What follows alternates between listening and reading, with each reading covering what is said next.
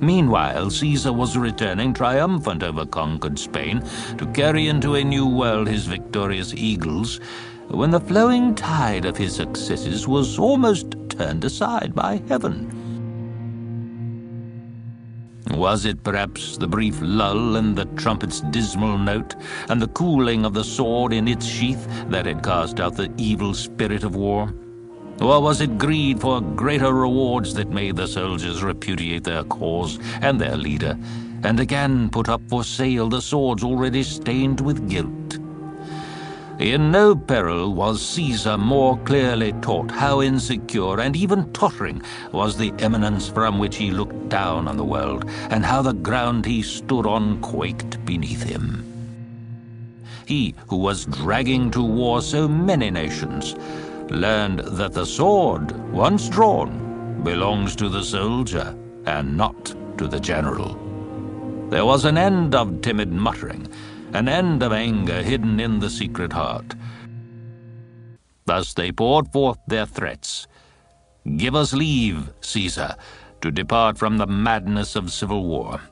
You search over land and sea for swords to pierce our hearts, and you are ready to spill our worthless lives by the hand of any foe.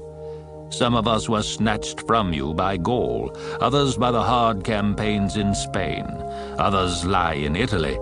Over all the world you are victorious, and your soldiers die. What boots it to have to shed our blood in northern lands where we conquered the Rhone and the Rhine? As a reward for so many campaigns, you have given me civil war. When we drove forth the Senate and captured our native city, what men or what gods did you suffer us to rob? As we go on to every crime, though our hands and swords are guilty, our poverty absolves us. What limit of warfare do you seek? What will satisfy you if Rome is not enough? Consider at last our gray hairs. Behold our enfeebled hands and wasted arms. We have lost the enjoyment of life. We have spent all our days in fighting. Now that we are old, disband us to die. See how extravagant are our demands.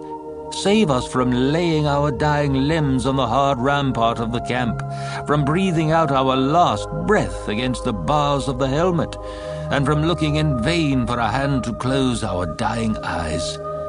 And suffer us to sink into the arms of a weeping wife, and to know that the pyre stands ready for one corpse alone. Besides, our valor is wasted, since the judge of merit is ungrateful. All our achievements are called good luck. Let Caesar learn that we are his destiny, though he hope for entire compliance from the gods. Yet the anger of his soldiers will bring peace." Thus they spoke, and began to run to and fro about the camp, and to demand their general with fury in their faces. So be it, ye gods. Since duty and loyalty are no more, and our only remaining hope is in wickedness, let mutiny make an end of civil war.